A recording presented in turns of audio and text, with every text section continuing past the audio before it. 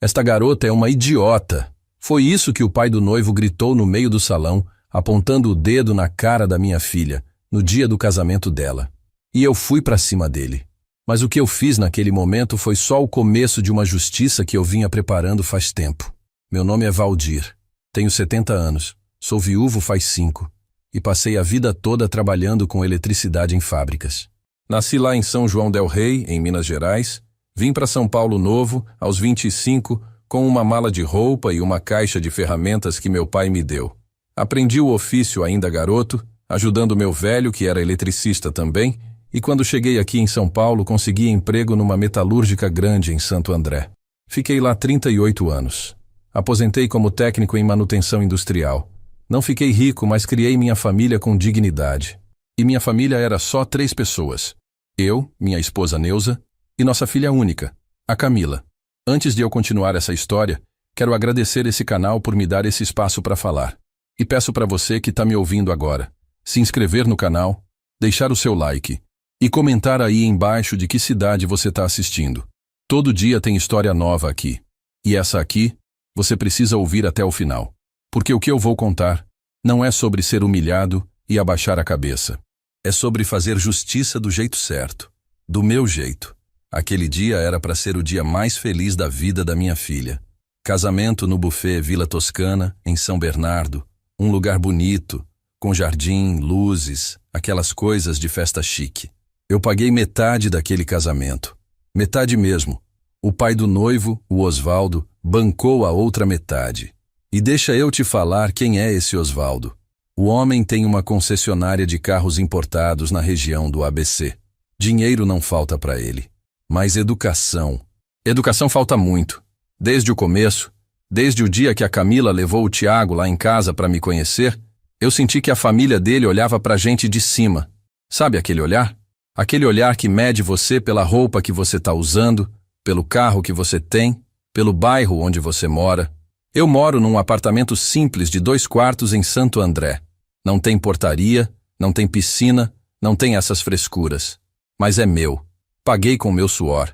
E criei a Camila ali dentro. Dei estudo para ela. Dei carinho. Dei valores. A mãe dela, a Neuza, trabalhou de costureira a vida toda até adoecer. Câncer no pâncreas. Levou ela em 6 meses. Foi rápido demais. Nem deu tempo de a gente se preparar. Depois que a Neuza morreu, fiquei só eu e a Camila. Ela tinha 23 anos na época, estava terminando a faculdade de pedagogia. Eu trabalhei em 3 turnos para pagar aquela faculdade. Fazia extra de madrugada, pegava bico de fim de semana instalando fiação em obra. Não ia deixar minha filha desistir do sonho dela. E ela se formou, virou professora. Hoje dá aula numa escola municipal aqui perto de casa. Ganha pouco, mas ela ama o que faz. E eu tenho orgulho dela. Muito orgulho. Quando ela conheceu o Tiago, há uns 2 anos, ela estava feliz. O menino parecia gente boa. Trabalhava como gerente comercial numa empresa de logística, ganhava bem, tratava ela com carinho. Pensei, pronto, agora minha filha vai ter um companheiro bom, vai construir a família dela. Eu já estava velho, cansado, e queria ver ela feliz. Só isso. Mas aí eu conheci a família dele. O primeiro encontro foi num jantar de noivado, uns meses antes do casamento. Foi na casa deles, numa mansão em São Caetano. Assim que eu entrei naquela casa, senti que não era meu lugar. Tudo era grande demais, brilhante demais. O Osvaldo me cumprimentou com um aperto de mão fraco, daqueles que parece que o cara tá com nojo de tocar em você. A mulher dele, a Elaine, foi educada, mas daquele jeito falso, sabe? Sorriso no rosto, veneno no olhar. Durante o jantar, o Osvaldo ficou me fazendo perguntas. Não era curiosidade, era interrogatório. E o senhor trabalhou com o que, seu Valdir?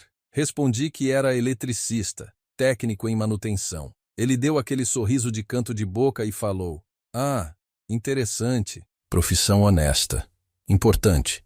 Mas o jeito que ele falou, parecia que estava dizendo: "Coitado, fez o que pôde." A Camila percebeu.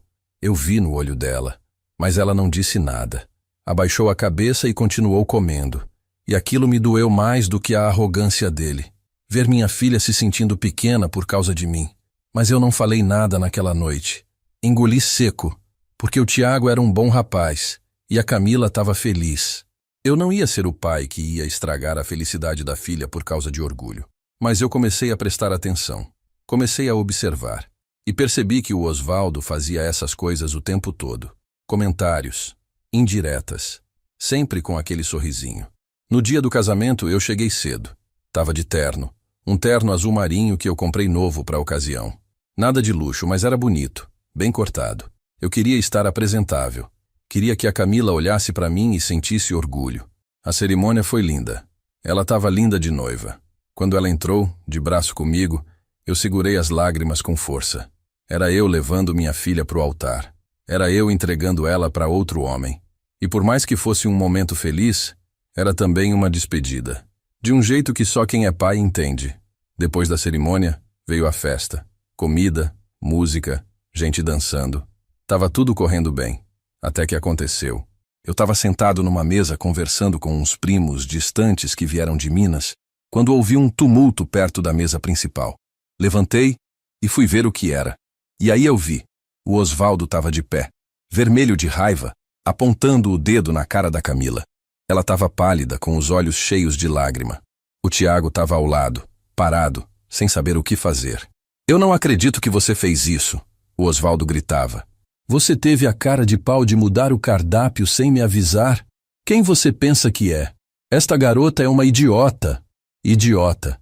Ele chamou minha filha de idiota, na frente de todo mundo, no dia do casamento dela, por causa de comida. Eu não pensei.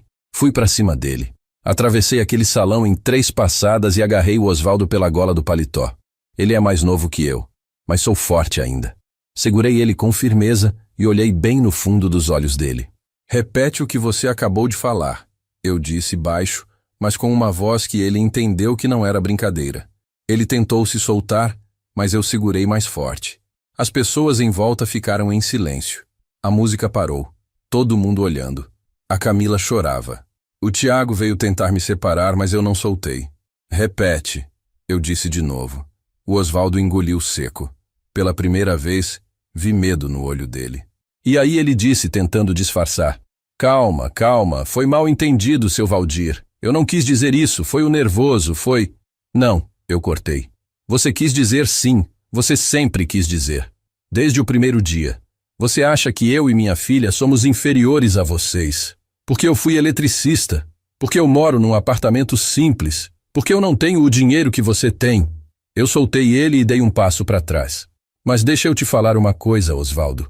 Você pode ter dinheiro, pode ter essa concessionária, essa casa grande, esse paletó de grife, mas você não tem caráter. E isso, meu amigo, não se compra. Eu virei para Camila. Ela estava tremendo. Segurei a mão dela. Vamos embora, minha filha. Mas ela não se mexeu. Olhou para mim, depois para o Tiago, depois de volta para mim. E naquele momento eu vi a dúvida no olho dela. A dúvida de escolher entre o pai e o marido. Entre a família dela de sangue e a família nova que ela estava construindo. E eu entendi. Entendi que talvez eu tivesse exagerado. Que talvez eu tivesse estragado o casamento dela. Que talvez eu devesse ter ficado calado, engolido mais uma vez, deixado passar. Mas não. Não dessa vez. Porque uma hora a gente precisa defender o que é certo. Uma hora a gente precisa olhar no olho de quem te humilha e dizer, chega. Eu soltei a mão da Camila, dei um último olhar para o Osvaldo e saí daquele salão. Saí pela porta da frente, debaixo daquelas luzes todas, com todo mundo olhando.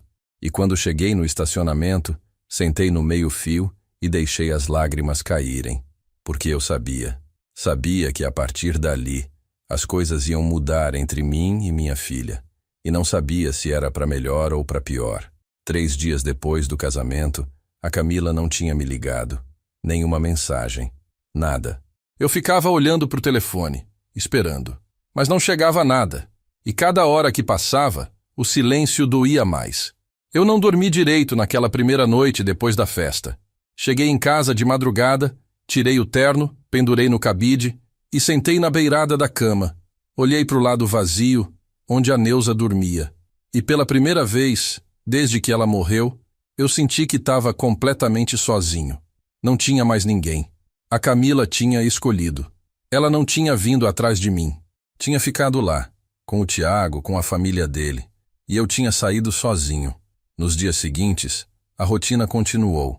Eu acordava, tomava café, via televisão, almoçava, dormia um pouco à tarde, jantava e voltava a ver televisão até dar sono.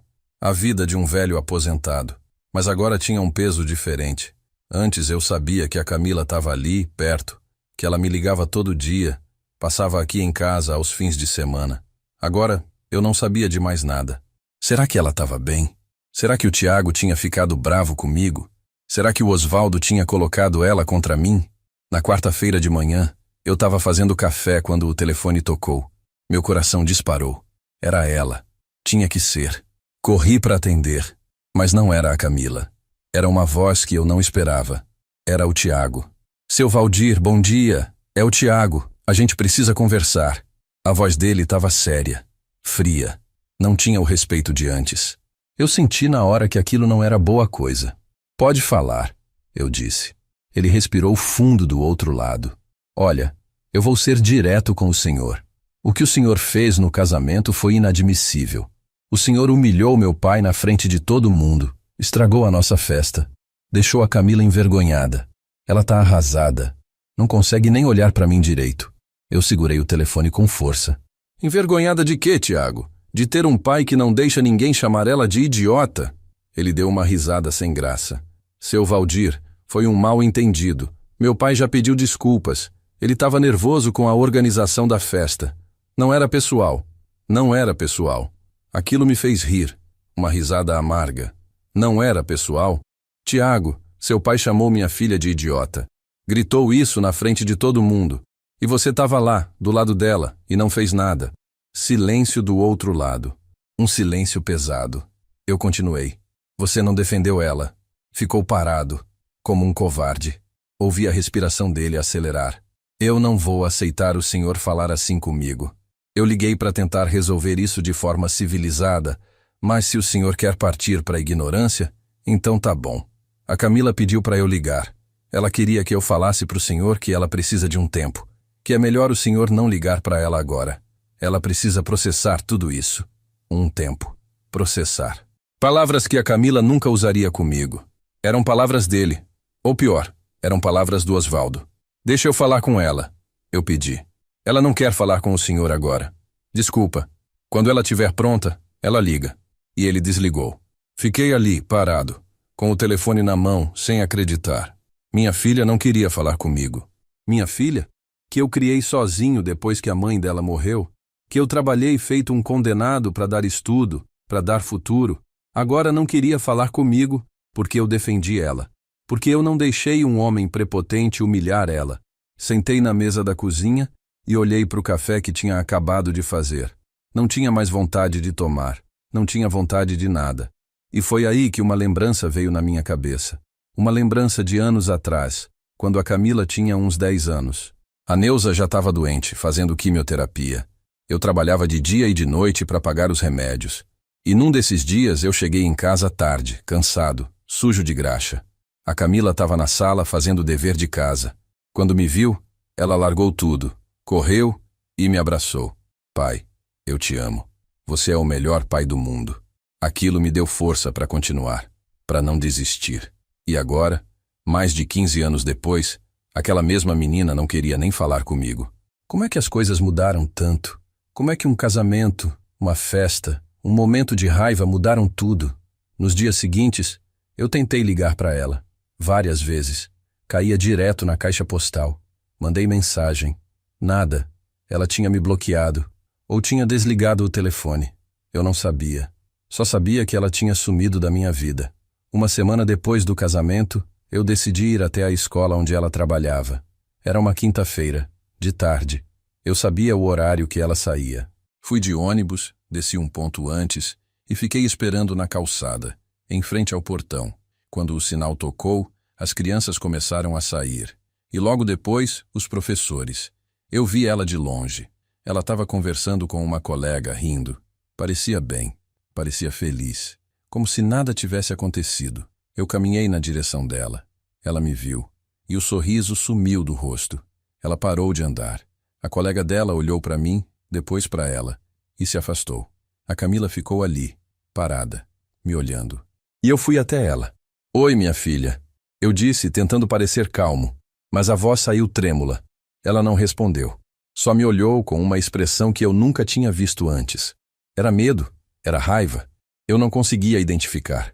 Eu só queria saber se você tá bem. Eu continuei. Você não atende minhas ligações. Não responde minhas mensagens. Eu tô preocupado. Ela respirou fundo. Pai, eu pedi pra você me dar um tempo. Um tempo pra quê, Camila? Eu sou seu pai. A gente sempre conversou sobre tudo. O que aconteceu?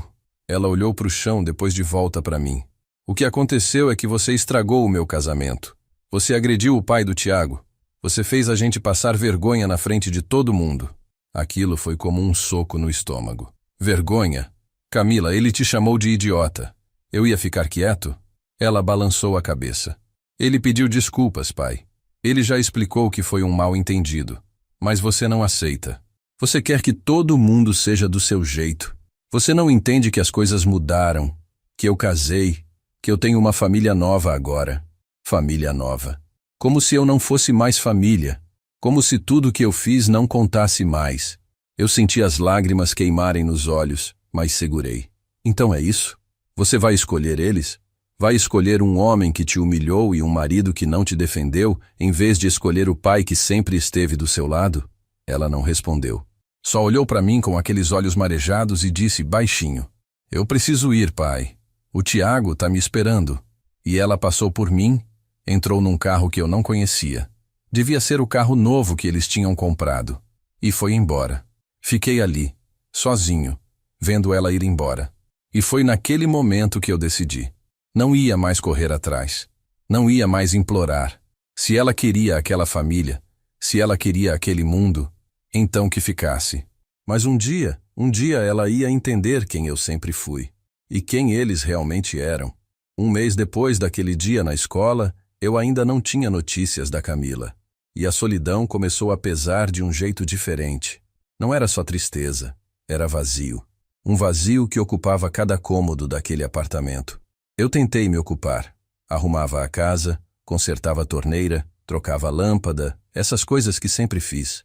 Mas tudo aquilo parecia inútil agora. Para que arrumar a casa se não tinha ninguém para ver? Para que consertar as coisas se eu era a única pessoa que morava ali? A gente só percebe o sentido das coisas quando tem alguém para compartilhar.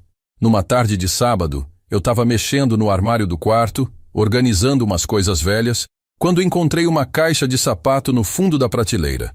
Era uma caixa que a Neuza guardava. Abri e vi que estava cheia de fotos antigas. Fotos da Camila pequena. Tinha uma dela com uns 5 anos, segurando um sorvete, toda suja de chocolate, rindo. Tinha outra dela no primeiro dia de aula, com aquela mochila enorme nas costas, maior que ela.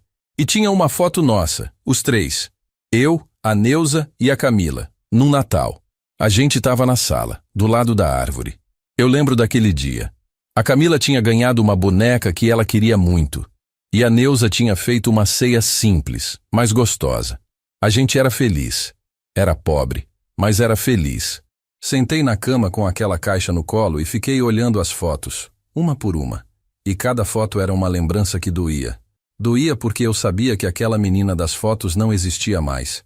Ela tinha crescido, tinha virado uma mulher e tinha escolhido outro caminho. Um caminho onde eu não estava incluído. Guardei as fotos de volta, fechei a caixa e coloquei no armário. Não adiantava ficar revirando o passado. O passado não mudava nada. Na segunda-feira de manhã, eu estava tomando café quando a campainha tocou. Estranhei. Não esperava ninguém. Fui até a porta e olhei pelo olho mágico. Era o Moacir, um ex-colega meu da época da metalúrgica. A gente tinha trabalhado junto por quase 15 anos. Depois que eu aposentei, a gente se via de vez em quando, mas não com frequência. Abri a porta. Moacir, que surpresa, cara! Entra, entra! Ele entrou, cumprimentou e eu ofereci café. A gente sentou na cozinha e começou a conversar. Ele estava bem, aposentado também, mas ainda pegava uns bicos de eletricista para complementar a renda. Ele era assim, não conseguia ficar parado. Valdir, na verdade eu vim aqui te fazer uma proposta, ele disse, depois de tomar um gole de café. Tem um serviço na Zona Leste, numa empresa. Eles precisam de alguém para fazer manutenção em quadros elétricos. É coisa rápida, Uns 3, 4 dias. Mas eu tô com outro serviço e não posso pegar. Lembrei de você. Pensei que talvez você tivesse interesse. Paga bem. Olhei para ele. Fazia tempo que eu não trabalhava. 5 anos, desde que aposentei. Mas a ideia de sair de casa, de fazer alguma coisa útil, de sentir que eu ainda servia para alguma coisa, me animou. Quanto tá pagando? Ele falou o valor. Era bom. Não era fortuna, mas era bom. Eu aceito, eu disse. Passa os contatos que eu ligo para eles amanhã. Ele sorriu satisfeito. Ótimo. Sabia que podia contar com você. A gente conversou mais um pouco, sobre a vida, sobre os velhos tempos. E aí, num momento da conversa, ele comentou. E aí, como tá a Camila? Ouvi dizer que ela casou, né? Meu peito apertou. Casou. Faz 1 mês. Ele percebeu algo no meu tom. E você tá feliz com isso? Eu respirei fundo. O casamento não saiu como eu esperava. Não entrei em detalhes. Mas o Moacir era esperto. Ele percebeu que tinha coisa. O genro é gente boa? Ele perguntou meio receoso. O genro até é. O problema é o sogro dele. Um cara arrogante, metido, dono de concessionária de carro. Acha que é melhor que todo mundo. O Moacir fez uma cara pensativa. Concessionária? Que região? São Caetano, chama Osvaldo. Ele arregalou os olhos. Osvaldo? Osvaldo Ferreira, da Premium Motors? Isso mesmo. Você conhece? Ele deu uma risada meio amarga. Conheço de nome. Cara, esse Osvaldo é fichado. Um amigo meu teve problema com ele há uns anos. Comprou um carro na concessionária dele, carro usado, e depois descobriu que tinha sido batido. O Osvaldo tinha adulterado a documentação. Meu amigo tentou processar, mas não deu em nada. O cara tem advogado bom. Sabe como funciona. Fiquei em silêncio, processando aquilo. Osvaldo era desonesto. Não era só arrogante. Era desonesto. E minha filha tinha casado com o filho dele. Tinha entrado naquela família. E tem mais, o Moacir continuou. Esse Osvaldo já foi denunciado outras vezes. Fraude em financiamento, venda de carro com defeito escondido, essas coisas. Mas ele sempre dá um jeito de abafar. Tem gente grande por trás dele, entende? Entendi. Entendi que o homem que tinha humilhado minha filha não era só um arrogante. Era um criminoso. E isso mudava tudo. Porque agora eu sabia que não era só uma questão de orgulho ferido. Era uma questão de caráter. E se ele era capaz de fazer isso nos negócios, o que mais ele era capaz de fazer? Depois que o Moacir foi embora, fiquei pensando naquilo. Pensei em ligar para Camila, em avisar ela. Mas eu sabia que ela não ia acreditar em mim. Ia achar que eu estava inventando coisa para separar ela do Tiago. Não, eu precisava de provas. Precisava de algo concreto. E foi aí que uma ideia começou a se formar na minha cabeça. No dia seguinte, eu liguei para o cara do serviço que o Moacir tinha indicado, acertei tudo, e na quarta-feira comecei a trabalhar. Era bom voltar a fazer alguma coisa, sentir o peso da ferramenta na mão, mexer com fio, com disjuntor, com aquelas coisas que eu conhecia desde moleque. Me fez sentir vivo de novo, me fez sentir útil, mas enquanto eu trabalhava, minha cabeça estava em outro lugar. Estava pensando no Osvaldo. Estava pensando em como eu podia descobrir mais sobre ele. E foi aí que me lembrei de uma coisa. Quando eu trabalhava na metalúrgica, a gente tinha contato com várias empresas da região. Fornecedores, prestadores de serviço, despachantes. E eu conhecia gente. Gente que sabia das coisas. Gente que tinha acesso à informação. Terminei o serviço na sexta-feira. Recebi o pagamento. E no sábado de manhã, fui até um bar no centro de Santo André, onde eu sabia que ia encontrar um cara. O nome dele era Jair. Ele tinha sido despachante por anos. Conhecia todo mundo no Detran, na prefeitura, na junta comercial. Se tinha sujeira, o Jair sabia. Encontrei ele no bar, tomando cerveja com uns amigos. Me viu, sorriu, levantou e me cumprimentou. A gente conversou, eu comprei uma rodada e depois pedi para a gente conversar em particular. A gente foi para fora, acendeu um cigarro. Eu não fumo, mas ele fumava, e eu fui direto ao assunto. Jair, preciso que você me faça um favor. Preciso de informação sobre um cara, Osvaldo Ferreira, da Premium Motors. Ele deu uma tragada no cigarro e me olhou com aquele olhar de quem sabe que isso não é de graça. O que você quer saber? Tudo. Tudo que você conseguir. Processos, dívidas, denúncias, o que tiver. Ele pensou um pouco. Vai custar. Eu pago. Quanto? Ele falou o valor. Era caro. Metade do que eu tinha acabado de ganhar no serviço. Mas eu não pensei 2 vezes. Tá bom. Quando você consegue? Me dá uns 10 dias. 10 dias. Em 10 dias eu ia saber quem realmente era o homem que minha filha agora chamava de família. Os 10 dias mais longos da minha vida. Cada manhã eu acordava pensando, será que hoje o Jair liga? Será que hoje eu vou descobrir a verdade sobre esse homem? Mas os dias passavam devagar, um atrás do outro, e nada. Nesse meio tempo, a vida continuava. Eu continuava sozinho naquele apartamento, fazendo as mesmas coisas, comendo sozinho, dormindo sozinho. Mas agora tinha uma diferença. Agora eu tinha um objetivo. Eu não estava mais só sofrendo pela ausência da Camila. Eu estava fazendo alguma coisa. Estava buscando a verdade. E isso me dava força para levantar da cama todo dia.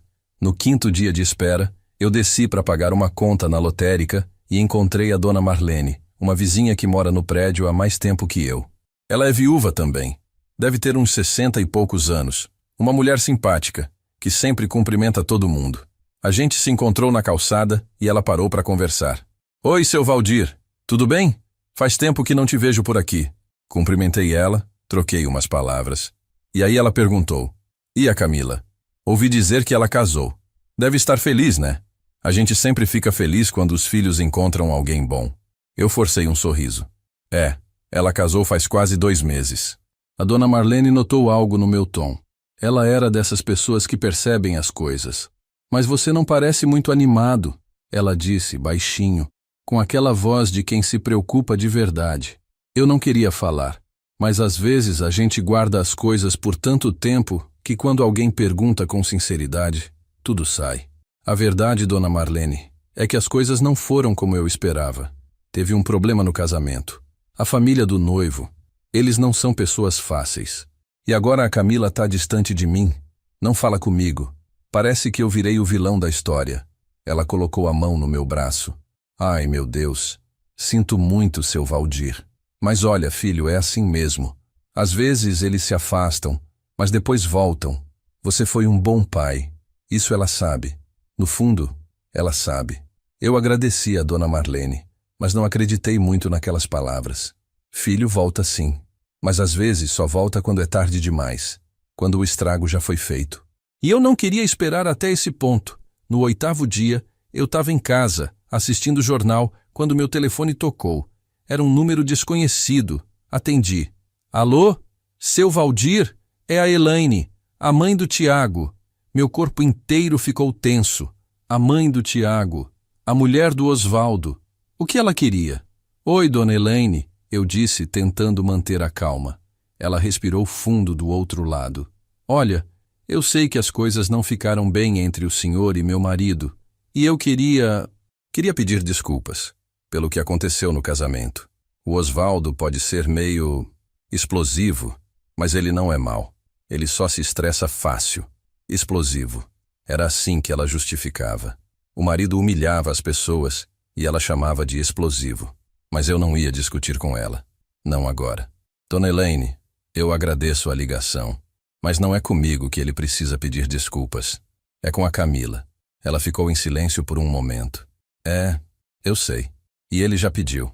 Ele falou com ela. E com o Tiago também. Tá tudo resolvido entre eles. Tudo resolvido. Como se fosse tão simples assim.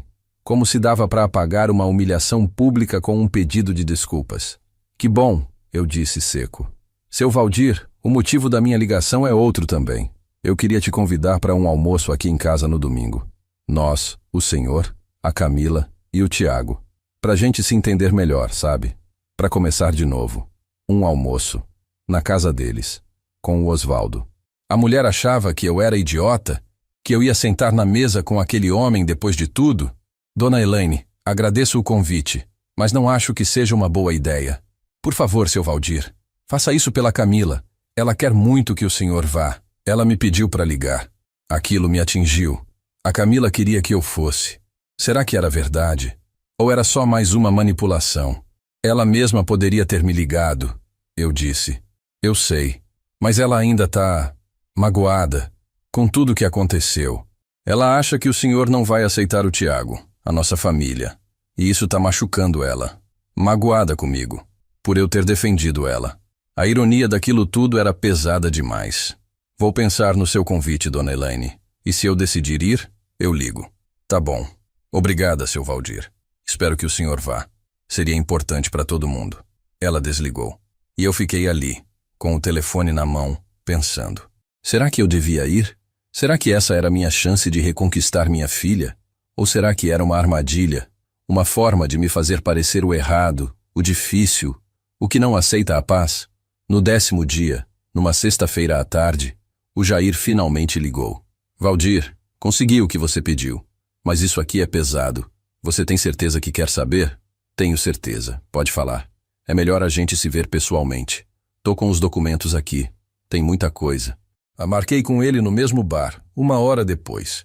Cheguei antes, pedi uma água, fiquei esperando. Meu coração estava acelerado. Quando o Jair chegou, ele estava com uma pasta marrom debaixo do braço. Sentou na minha frente, colocou a pasta na mesa. Valdir, esse Osvaldo é podre. Tem processo na Justiça Federal por sonegação de impostos. Tem denúncia de lavagem de dinheiro. Tem processo trabalhista de 3 ex-funcionários que ele demitiu sem pagar direito. E tem mais. Ele está sendo investigado por receptação de veículo roubado. Parece que a concessionária dele vendia carro com documento falso. Eu senti o sangue gelar. Era pior do que eu imaginava. Muito pior. Tem prova disso tudo? O Jair abriu a pasta e me mostrou. Cópias de processos, de notificações, de matérias de jornal. Tudo ali. Tudo documentado. E tem uma coisa que você precisa saber. Ele continuou. O Tiago, o filho dele, trabalha na concessionária. É gerente comercial lá. Ele está envolvido em pelo menos 2 desses processos. Como testemunha ou como cúmplice, depende de como você olha. O Tiago, o marido da minha filha, estava envolvido, sabia das fraudes, talvez até participasse delas. E agora a Camila estava casada com ele. Estava dentro daquela família, uma família de criminosos. Jair, eu preciso de cópias disso tudo. Ele empurrou a pasta para mim. Tá tudo aí, é seu. E olha, Valdir, toma cuidado. Esse povo é perigoso. Se eles descobrirem que você está investigando, podem fazer besteira. Agradeci ele, paguei o que devia e voltei para casa com a pasta embaixo do braço. Quando cheguei, sentei na mesa da cozinha e abri tudo. Li cada documento, cada denúncia, cada processo. E quanto mais eu lia, mais eu entendia. Entendia por que o Osvaldo era tão arrogante. Por que ele se achava acima de todo mundo. Porque ele sempre tinha saído impune. Tinha dinheiro, tinha advogado, tinha contatos. Mas agora eu tinha a verdade. E a verdade, mais cedo ou mais tarde, sempre aparece. Olhei para o telefone. Lembrei do convite da Elaine. O almoço de domingo. Peguei o telefone e liguei de volta para ela. Ela atendeu no segundo toque. Dona Elaine, é o Valdir. Aceito o convite. Domingo eu vou. Depois daquele domingo, eu esperei. Esperei a Camila ligar, mandar uma mensagem, aparecer aqui em casa. Mas não veio nada. Só silêncio. Um silêncio que doía mais do que qualquer briga. Na segunda-feira de manhã, eu acordei pensando nela. Será que ela tinha dormido? Será que tinha brigado com o Tiago? Será que tinha voltado para a casa dos Ferreira ou tinha ido para o apartamento deles? Eu não sabia de nada. E não saber era pior que tudo. Fiz café, sentei na mesa e fiquei olhando para o telefone. Pensei em ligar para ela, mas não liguei, porque eu sabia que se eu ligasse, ela ia achar que eu estava pressionando, que eu queria forçar uma decisão. E não era isso. Eu só queria que ela pensasse, que ela visse as coisas como elas eram, sem pressão, sem pressa. Na terça-feira de tarde, o telefone tocou. Meu coração disparou. Mas não era a Camila.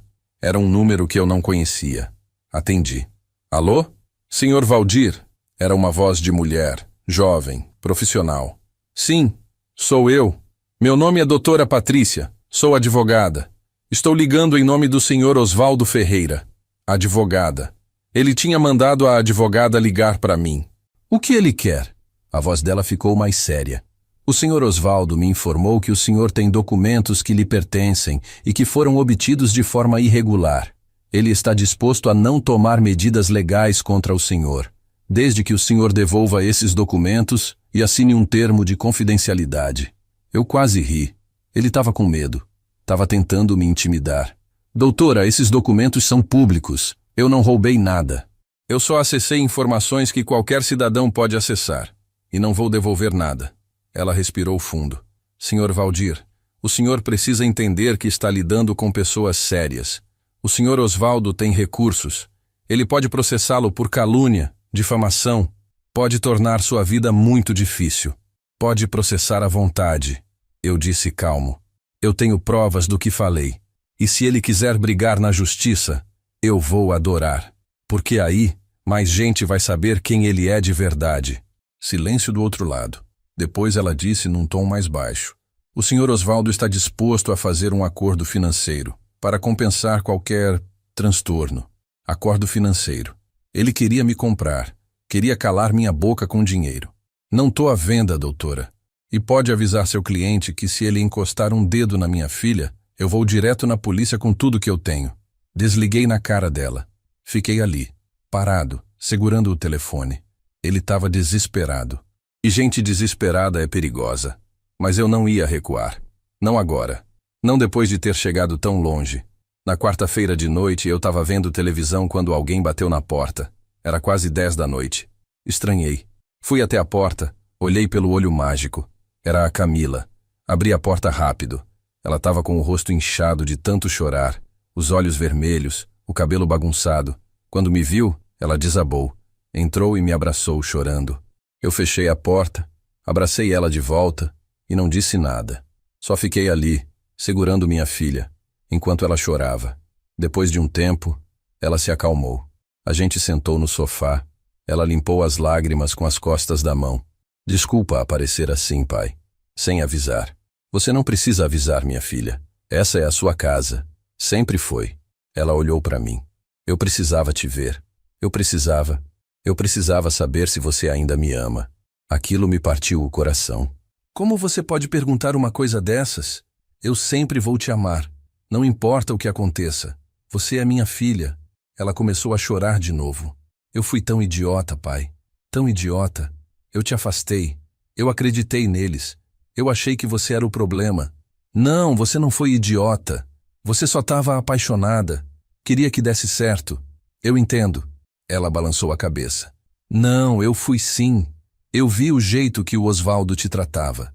Eu vi e não fiz nada. Eu fiquei com vergonha de você. Vergonha do meu próprio pai. Isso doeu, mas eu não mostrei. E agora? O que você está sentindo agora? Ela respirou fundo. Eu tô confusa. Eu amo o Tiago. Mas aqueles documentos, pai, aquelas coisas que você mostrou, eu fui atrás, eu procurei na internet. É tudo verdade. Tudo. E o Tiago? Ele disse alguma coisa? Ela limpou o nariz com um lenço que tirou da bolsa. Ele disse que não sabia de nada, que o pai dele cuidava da parte administrativa e ele só cuidava das vendas. Mas eu não sei se acredito, porque o nome dele tá lá, pai, nos processos. Como é que ele não sabia? Ele sabia, eu disse direto. E se ele tá mentindo para você sobre isso, o que mais ele tá mentindo? Ela ficou quieta, olhando para o chão. Depois ela falou baixinho. Eu não sei o que fazer. Eu casei com ele faz 2 meses. 2 meses, pai. E agora tudo isso. Parece que eu casei com um estranho. Eu segurei a mão dela. Minha filha, eu não vou te dizer o que fazer. Isso é sua vida, sua decisão. Mas eu vou te dizer uma coisa. Você merece ser feliz. Você merece alguém que te respeite, que te valorize, que seja honesto com você. E se esse alguém não é o Tiago, então você precisa ter coragem de reconhecer isso. Ela olhou para mim. E se eu sair? Se eu deixar ele? Todo mundo vai dizer que eu fui precipitada, que eu não dei chance para o casamento, que eu escutei demais o meu pai. E daí? Eu disse. O que os outros vão dizer não importa. O que importa é você, sua paz, sua dignidade. Ninguém vai viver sua vida por você, Camila. Só você. Ela ficou mais um tempo em casa. A gente conversou, tomou chá. Eu esquentei um pão de queijo que tinha na geladeira. Era tarde, mas a gente precisava daquele momento. Quando ela foi embora, quase meia-noite, ela me abraçou forte. Obrigada, pai, por tudo, por ter me defendido, por não ter desistido de mim. Eu nunca vou desistir de você. Eu disse. E era verdade. Ela saiu, entrou no carro e foi embora. E eu fiquei ali na porta vendo ela ir. Não sabia o que ia acontecer. Não sabia que decisão ela ia tomar. Mas eu sabia uma coisa. Ela tinha voltado. Tinha me procurado. E isso já era um começo. 5 dias depois daquela noite, a Camila me ligou. Era sábado de manhã. A voz dela estava diferente. Firme. Decidida. Pai, eu tomei minha decisão. Vou pedir a separação. Não dá mais.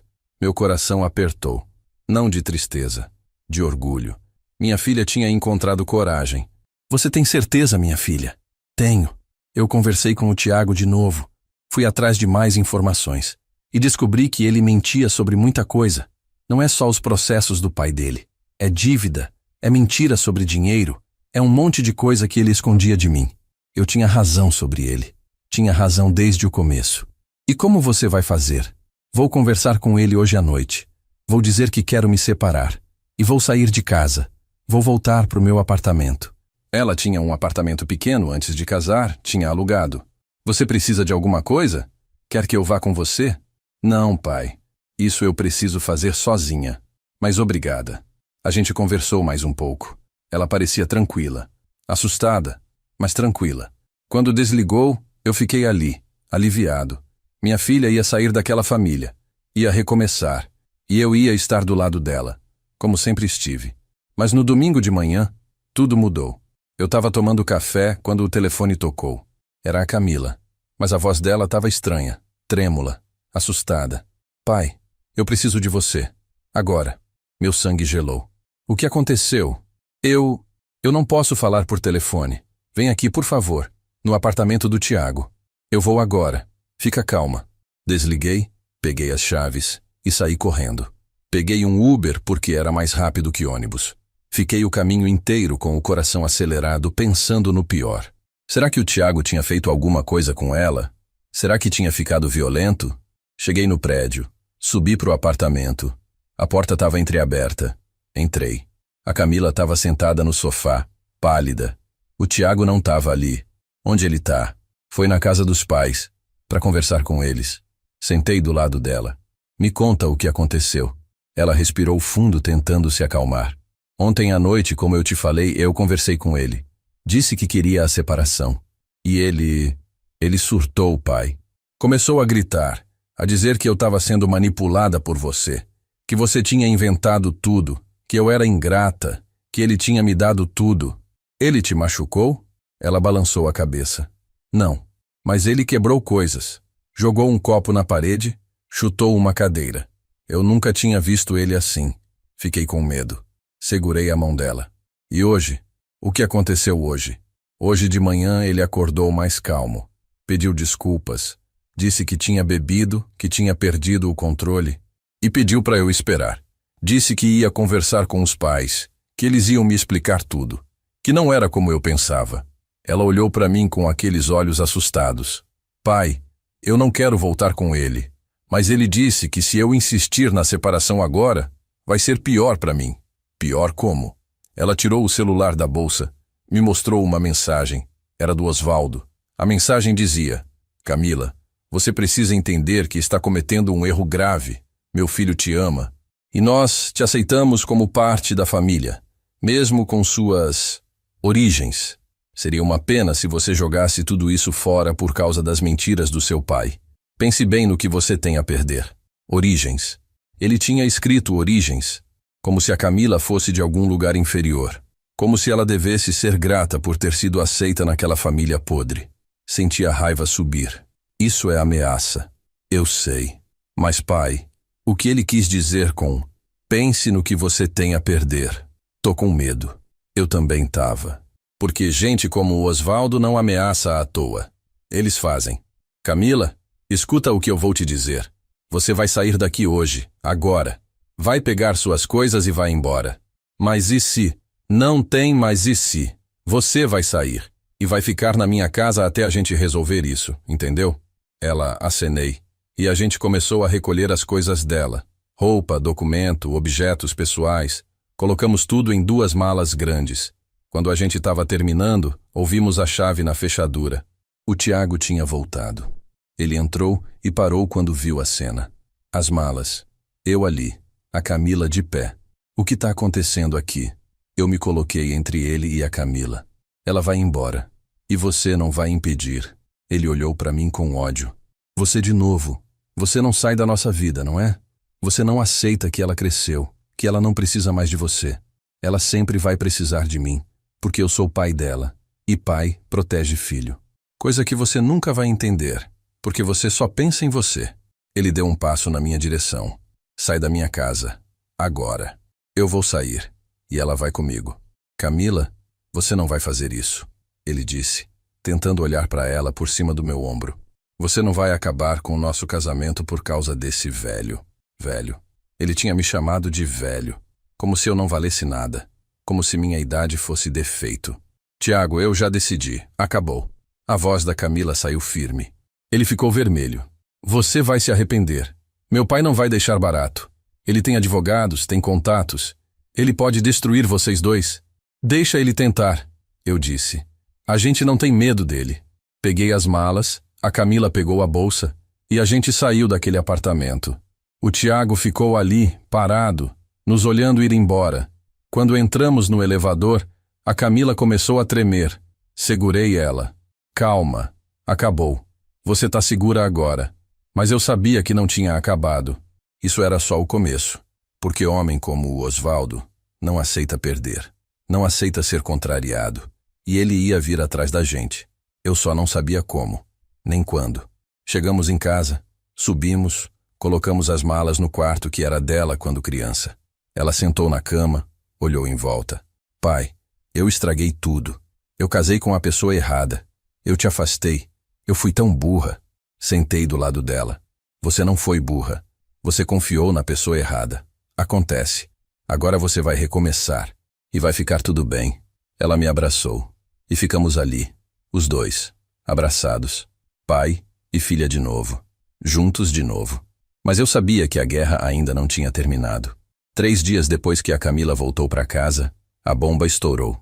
Ela chegou do trabalho no meio da tarde, mais cedo que o normal, com o rosto vermelho e os olhos marejados. Eu estava na sala e quando vi ela assim, levantei na hora. O que aconteceu? Ela jogou a bolsa no sofá e sentou, as mãos tremendo. Eles fizeram alguma coisa, pai. O Osvaldo, o Tiago, não sei, mas fizeram. Sentei do lado dela. Calma, respira. Me conta direito.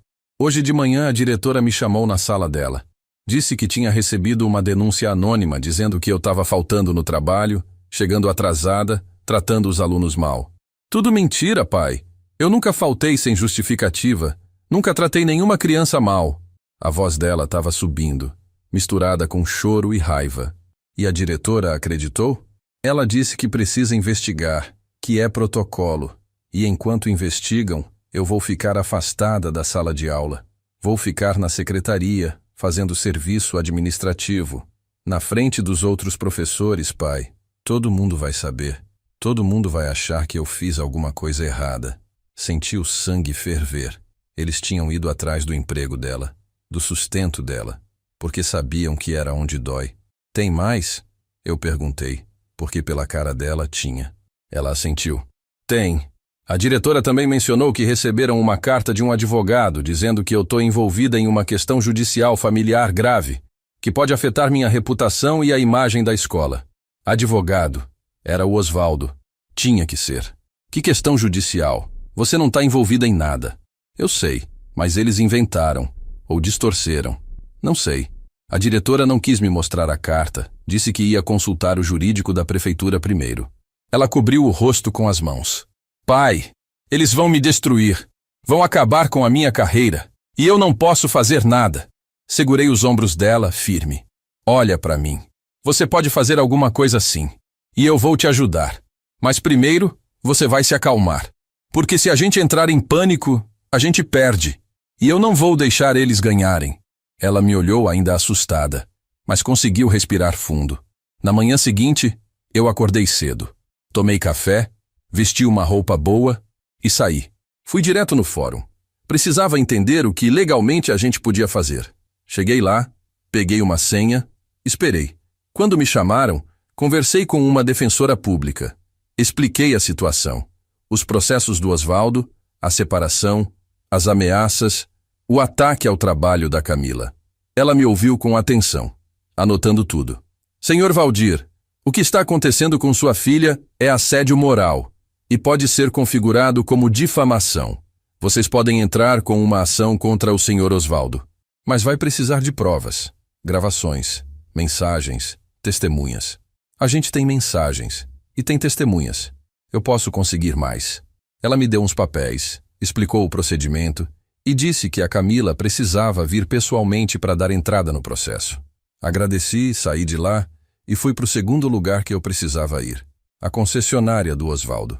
Cheguei lá quase meio-dia. Era um lugar grande, cheio de carro importado na vitrine, vidro espelhado, ar-condicionado. Entrei. Um vendedor veio me atender todo sorridente. Bom dia, posso ajudar? Quero falar com o dono, com o Osvaldo. O sorriso dele murchou. O senhor tem agendamento? Não, mas ele vai querer me receber. O rapaz ficou sem jeito, pegou o telefone, ligou para alguém. Falou baixo, olhou para mim, desligou. Ele disse que não pode receber visitas agora, mas se o senhor quiser deixar um recado, diz para ele que é o Valdir, o sogro da ex-nora dele. E diz que se ele não me receber agora, eu vou direto na delegacia com os documentos que eu tenho. O rapaz engoliu seco, ligou de novo. Dessa vez a conversa foi rápida. Ele desligou e disse, pode subir. Segundo andar, última porta à direita. Subi, bati na porta. Entra. Entrei.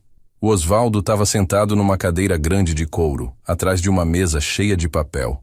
Quando me viu, o rosto dele ficou duro. O que você quer aqui? Fechei a porta atrás de mim. Quero que você pare. Ele deu uma risada seca. Parar com o quê? Com essa perseguição à minha filha. Você foi no trabalho dela, mandou carta, fez denúncia. Você está tentando destruir ela porque ela teve coragem de sair do casamento podre que o seu filho ofereceu. Ele se recostou na cadeira, cruzando os braços. Eu não sei do que você está falando. Sabe sim. E vou te falar uma coisa, Osvaldo. Você pode ter dinheiro, pode ter advogado, pode ter contato. Mas eu também tenho algo. Eu tenho a verdade. E eu não tenho medo de você. Ele se levantou devagar e veio até a beirada da mesa.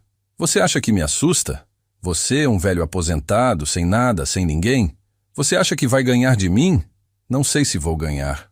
Eu disse olhando nos olhos dele, mas eu sei que vou lutar. E eu sei que muita gente vai adorar saber quem você realmente é. Jornalista, por exemplo. Eles adoram uma história de empresário corrupto. O rosto dele mudou. Ficou vermelho. Você não tem coragem. Tenho, e vou provar. Virei de costas e fui em direção à porta. Mas antes de sair, parei e olhei para trás. Você tem até amanhã para recuar, para parar com essa perseguição. Se até amanhã a Camila não voltar para o trabalho dela normalmente, eu vou em cada jornal, cada rádio, cada site da região e vou contar tudo, com documentos, com provas, com tudo. Saí dali sem esperar resposta. Quando entrei no elevador, minhas mãos tremiam. Não era medo, era adrenalina. Porque eu sabia que tinha acabado de cutucar uma onça com vara curta. Mas não tinha outro jeito. Tinha que mostrar para ele que eu não era um velho que ia abaixar a cabeça. Cheguei em casa e a Camila estava na sala, mexendo no notebook. Ela olhou para mim. Pai, onde você foi? Sentei do lado dela. Fui resolver umas coisas. E quero que você confie em mim. Ela franziu a testa. Que coisas? Amanhã você vai voltar para o seu trabalho normalmente. E tudo vai estar resolvido. Como você sabe? Eu sei, confia em mim. Ela não entendeu, mas aceitou. No dia seguinte, a Camila foi trabalhar. Eu fiquei em casa, ansioso. O telefone não tocou. Nenhuma ligação do Osvaldo, nenhuma ligação de advogado. Nada. Às 5 da tarde, a Camila chegou. E tinha um sorriso no rosto. Pai, a diretora me chamou hoje. Disse que a denúncia foi retirada, que foi um mal-entendido e que eu posso voltar para a sala de aula amanhã. Eu respirei aliviado. Ele tinha recuado. Tinha tido medo da exposição. E a carta do advogado? Também foi retirada. Sumiu, como se nunca tivesse existido. Ela me olhou curiosa. O que você fez, pai? Fiz o que tinha que fazer. Protegi você. 6 meses depois de tudo, eu estava sentado no banco da praça perto de casa. vendo a Camila brincar com as crianças da escola numa excursão pedagógica. Ela tinha voltado a ser quem sempre foi, sorridente, leve, inteira. O divórcio tinha saído. Ela era livre de novo. Naquela manhã, antes de sair para a praça, eu tinha lido uma notícia no jornal. Empresário de São Caetano é condenado por fraude e receptação de veículos. Era o Osvaldo. A justiça tinha finalmente alcançado ele. 2 anos de prisão em regime semiaberto, mais multa pesada e perda de licença para operar a concessionária. Tinha acabado. O império dele tinha desmoronado. Eu não senti alegria. Não senti raiva. Senti paz, porque a justiça tinha sido feita.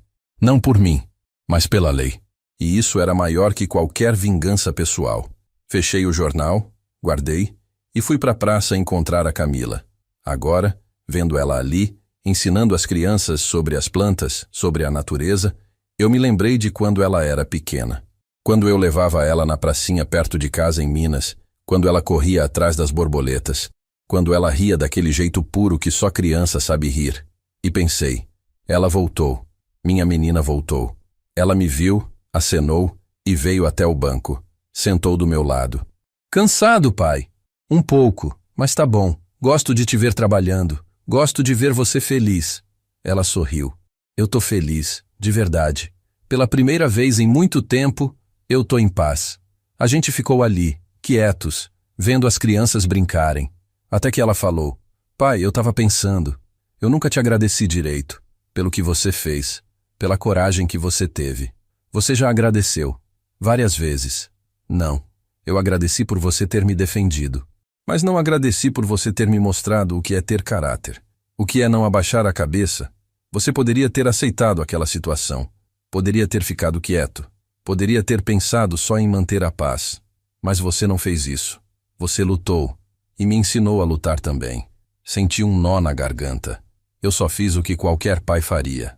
Não, pai, não é qualquer pai que faz. Tem muito pai por aí que se acovarda, que deixa os filhos se perderem, que escolhe o conforto em vez da verdade. Você não. Você escolheu a verdade, mesmo sabendo que ia doer, mesmo sabendo que podia me perder. Segurei a mão dela. E eu quase perdi mesmo, mas você voltou. E isso é o que importa. Ela encostou a cabeça no meu ombro, como fazia quando era pequena. Eu sempre ia voltar, pai. Porque no fundo, eu sempre soube quem você era. Só precisei de um tempo para lembrar. Ficamos ali mais um tempo. Depois ela voltou para o trabalho e eu voltei para casa. Quando cheguei, sentei na mesa da cozinha, a mesma mesa onde eu tinha aberto aquela pasta cheia de documentos meses atrás. A mesma mesa onde eu tinha chorado sozinho. A mesma mesa onde eu tinha tomado a decisão de lutar. E pensei em tudo. No casamento, na humilhação, na dor de ser afastado pela minha própria filha. Pensei no Osvaldo, no Tiago, em toda aquela família que achava que dinheiro e poder eram mais importantes que caráter. Pensei em quantas vezes eu fui chamado de velho, de ultrapassado, de intrometido, e pensei, valeu a pena.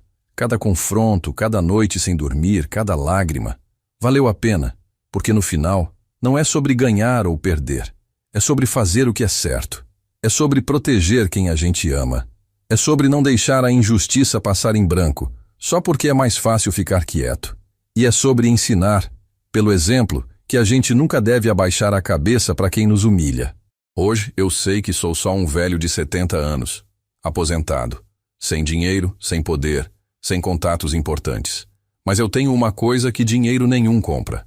Eu tenho dignidade. Eu tenho a minha filha do meu lado. E eu tenho a consciência tranquila de que, quando foi preciso, eu não fugi. Eu lutei. E se tem uma coisa que eu aprendi nesses 70 anos de vida, é que no final, é isso que fica. Não é o tamanho da casa, não é a marca do carro, não é quantos zeros tem na conta do banco. É se você teve coragem de olhar no espelho e se respeitar. É se você protegeu quem precisava ser protegido. É se você defendeu a verdade, mesmo quando todo mundo ao seu redor escolheu a mentira. A Camila tá recomeçando, tá construindo uma vida nova, e eu sei que ela vai encontrar alguém que mereça ela. Alguém que a valorize, que a respeite, que entenda que ela não é só bonita, não é só inteligente, ela é forte, porque ela teve que ser. E essa força, ela herdou de mim, e da mãe dela, e de todo mundo que veio antes de nós, que lutou, que sobreviveu, que não desistiu. Se você está me ouvindo agora e já passou por uma situação parecida, de ser humilhado, de ver alguém que você ama sendo maltratado, de ter que escolher entre a paz falsa e a briga justa, eu quero te dizer uma coisa. Luta. Não abaixa a cabeça. Não aceita a injustiça só porque é mais confortável. Porque no dia que você olhar para trás, você não vai se arrepender de ter lutado. Você vai se arrepender de ter ficado quieto. E se você tem um pai ou uma mãe, ou alguém que já fez isso por você, que já te defendeu quando ninguém mais defendeu, que já segurou sua mão quando você estava caindo, agradece. Porque nem todo mundo tem essa sorte. E se você é pai ou mãe e está passando por uma situação difícil com seus filhos, não desiste. Continua. Mesmo que eles te afastem, mesmo que eles não entendam agora, um dia eles vão entender e vão voltar. Comenta aí embaixo se isso já aconteceu com você ou com alguém da sua família. Compartilha essa história com quem precisa ouvir. E se você tem um pai ou uma mãe que lutou por você, manda essa história para ele, para ela, porque tem história que precisa ser ouvida. E essa é uma delas.